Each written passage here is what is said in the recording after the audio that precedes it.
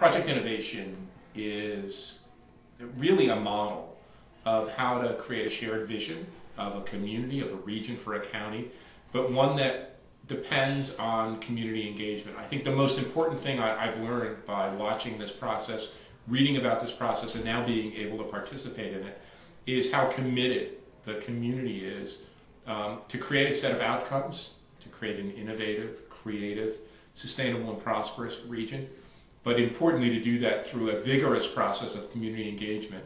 As I noted earlier, in my research for my book, Who's Your City, we partnered with the Gallup organization, and one of the things we found out was that the place you would live is an important part of how satisfied and happy you are with your life.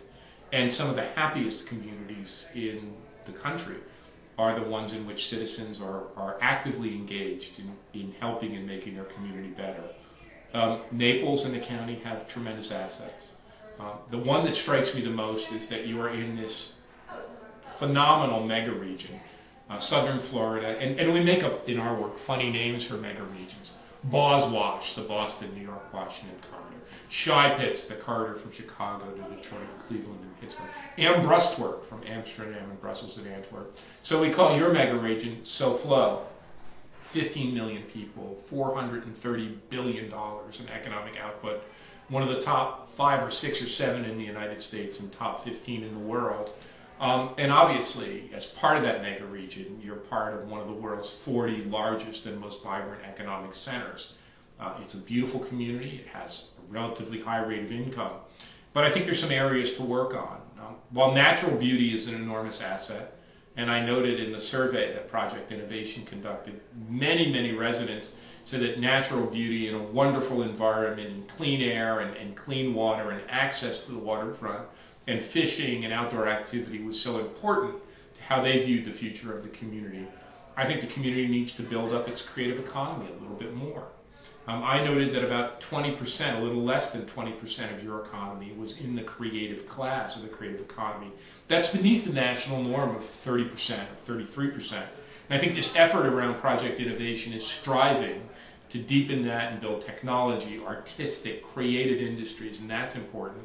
I think the area of open-mindedness, self-expression, and tolerance, I talk about the 3 T's of economic growth: technology, talent, and tolerance. One of the things I noted is after I gave my speech, a whole cross-section of community members came up to me and said, you know, when you talk about tolerance and self-expression and open-minded communities and how important that is to economic growth, we really felt that and we think it's important for our community.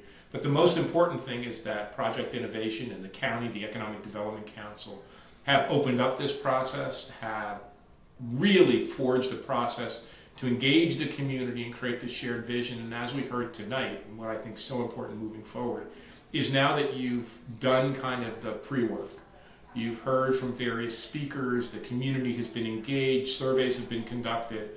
I think over the course of this summer, I'd really encourage you to dig deep and to dig long and hard and to help to make the county and Naples really an innovative, sustainable, and prosperous community.